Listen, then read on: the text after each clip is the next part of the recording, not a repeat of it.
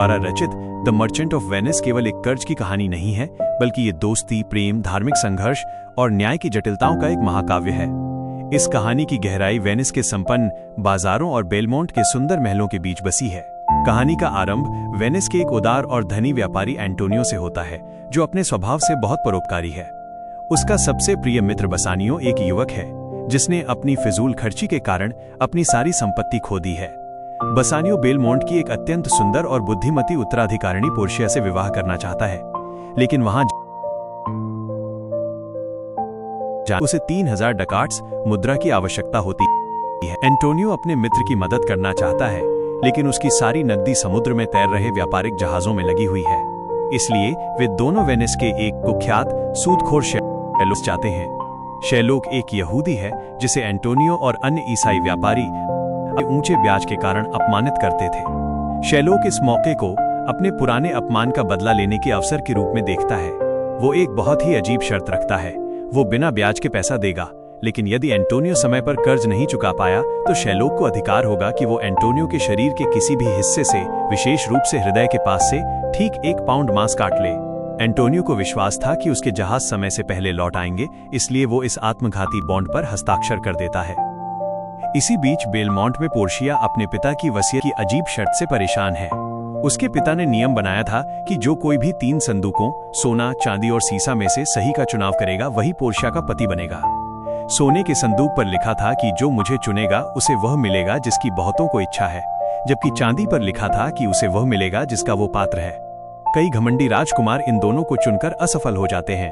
अंत में बसानियो आता है और वो बाहरी चमक धमक को ठुकराकर साधारण शीशे के संदूक को चुनता है, जिस पर लिखा था कि जो मुझे चुनेगा उसे अपना सब कुछ दांव पर लगाना होगा। बसानियो सफल होता है और पोर्शिया के साथ उसका विवाह तय हो जाता है। इसी दौरान शैलोक की बेटी जेसिका एंटोनियो के एक मित्र लोरेंजो के साथ भाग जाती है और शैलोक का बहुत सारा धन भी ले जाती है, जिससे शैलोक का क्रोध और प्रतिशोध की भावना और भी तीव्र हो जाती है।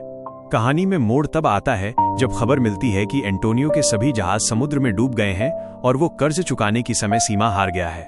शैलोक तुरंत अदालत का दरवाजा खटखटाता है और अपना 1 पाउंड मांस मांगता है।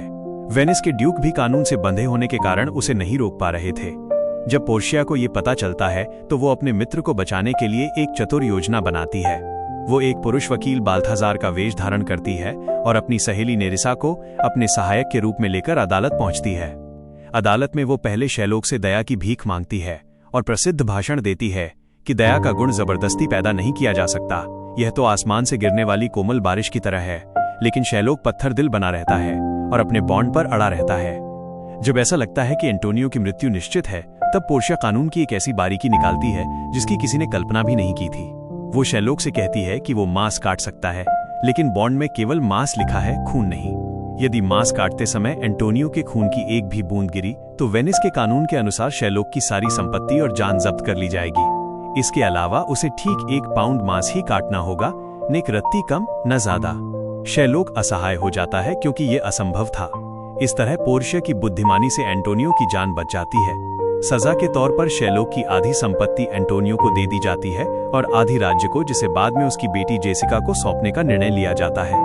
अंत में ये पता चलता है कि एंटोनियो के जहाज वास्तव में डूबे नहीं थे, बल्कि सुरक्षित वापस आ गए थे और कहानी का अंत सुखद होता है। अगर आपको ये वीडियो पसंद आया हो तो लाइक और सब्सक्राइब जरूर करें। धन्यवाद।